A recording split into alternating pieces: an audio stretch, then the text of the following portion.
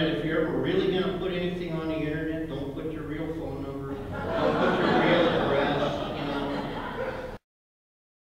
I'm going to take you through Taxidermy 101. First, the definition of taxidermy is from two Greek words, taxi, which means to move, and dermis, which is skin. So then they shorten it to dermy, taxidermy, put them together, move skin. That's what the word means. Now, we went through this kind of quick. This is the beginning step when an animal comes in. As you can see, we cape the animal, which means we have to basically turn it inside out. Take the head out. We have to take all the meat off, the flesh, all the gross part, salt it, is what I'm doing there, and drying the skin so I can send it out and have it tanned. The tanneries, commercial tannery, they take the skin and then they turn it into basically, looks like a suede coat on the inside with the hair on the outside. And then from that, when I get that back, that's when I can start what I call the fun part, which is putting it back together. Now this is a mannequin. This is the foundation for what we work with. Now, 100 years ago, they had to make them out of whatever, and that's where they called it stuffing. They would literally stuff it with whatever they could. They, you know, you'd find burlap in them, beer can. I found a beer can in an old elephant, and they're basically sculpted just like a sculpture off a skeleton. So the guy that taught me, he made these ones. Well, actually, all of these. This one we did for a seminar. We made it from the ground up. But we work with the skeleton, and we put clay and do it just like you would a bronze sculpture. And from that, they make the molds. Once we get the mold made, then we can pour them and then make multiple copies. And then here I'm doing the skin prep. We have to prep the skin once it comes back. Right there I'm thinning out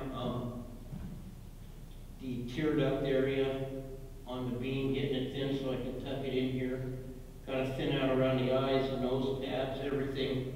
And you got to get the leather nice and thin so you can try and make it look soft and get it to do what you want it to do. And that's what I'm doing there. Spend a lot of hours on that little beam there. You have to put what we call an ear liner in here to make it hold the shape again. The ear has a natural cartilage in it. We have to remove the cartilage. I use the cartilage for my pattern to trim my ear liner out. And these we make them out of a celastic material. You dip it in hot water, put it over a little mold that we've made, make it in the shape. Now the glue I use, I make my own glue. It's a 100-year-old recipe. I make it out of gold medal flour, yellow dextrin, and you mix it together, boil your water, mix it up, and then you put pine sol in for a molding, anti-mold agent, and it still works good today.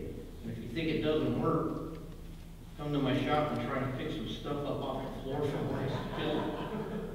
It can't. It works great.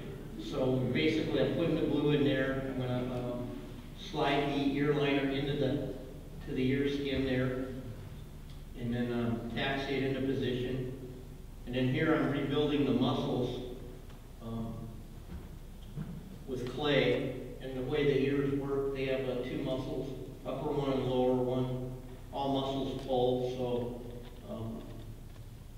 I take the clay and I slide it in here and in here in the bottom, and then I have to staple everything along the edges.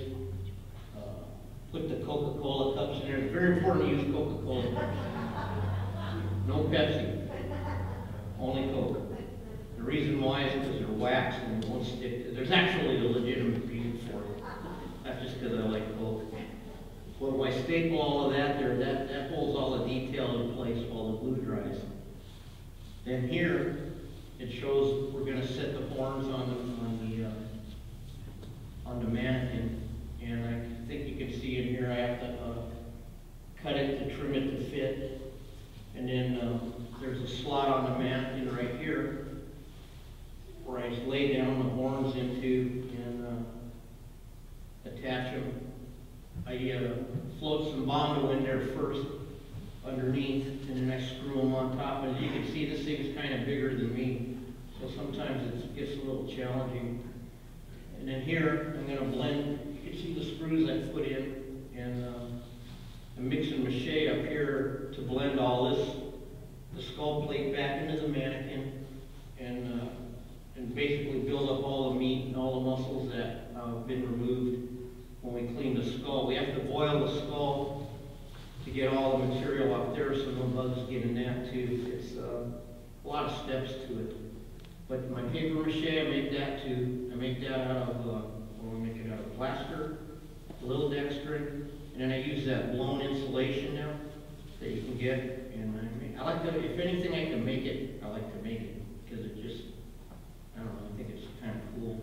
And just because stuff's old doesn't mean it's, not any good. I find a lot of these new glues, a lot of this stuff doesn't work near as good as the good old stuff.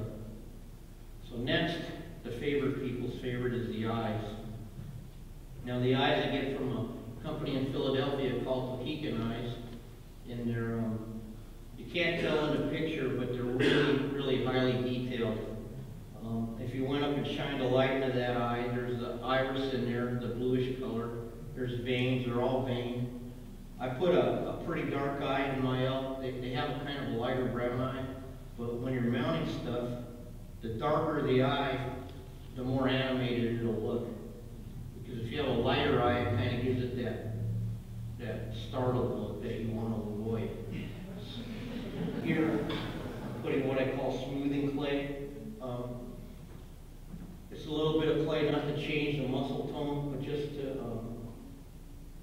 soften all the skin from where I thinned it out. Because while I'm detailing that hide there, while I'm trimming it out, you get all kinds of chop in the leather, little microscopic nicks and stuff even, so you put that there so you get a nice smooth finish underneath.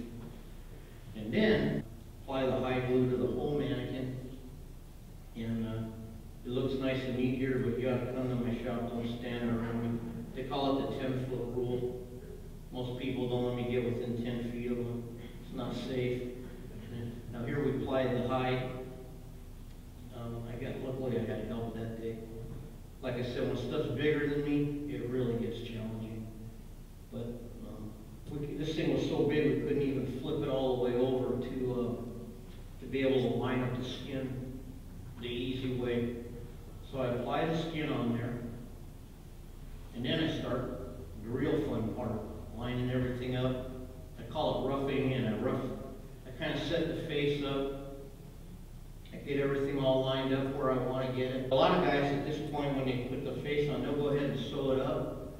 But what happens is we start pull everything all out over the place, and then they got to come back and try and grunt it back up. It doesn't make any sense. So I like to set my nose, my eyes, and in this case on the open mouth, get it all tucked before I sew it. Then I can come back and detail it when I'm done sewing. Here I'm tucking the nose in around here because, like I said, hard to explain this a little bit when I talk the way I do, but when I say turning it inside out, I have to literally split the nose on the inside and invert it.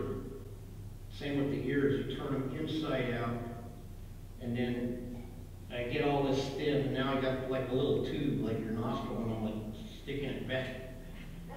Like picking the nose, Anyway, every step that I do, may look like chaos when you're in there, see me run like this guy, see me in there running around, going crazy, but there's a purpose for every step that I do. Now here is the brutal part, the sewing part. I'm not afraid to sew.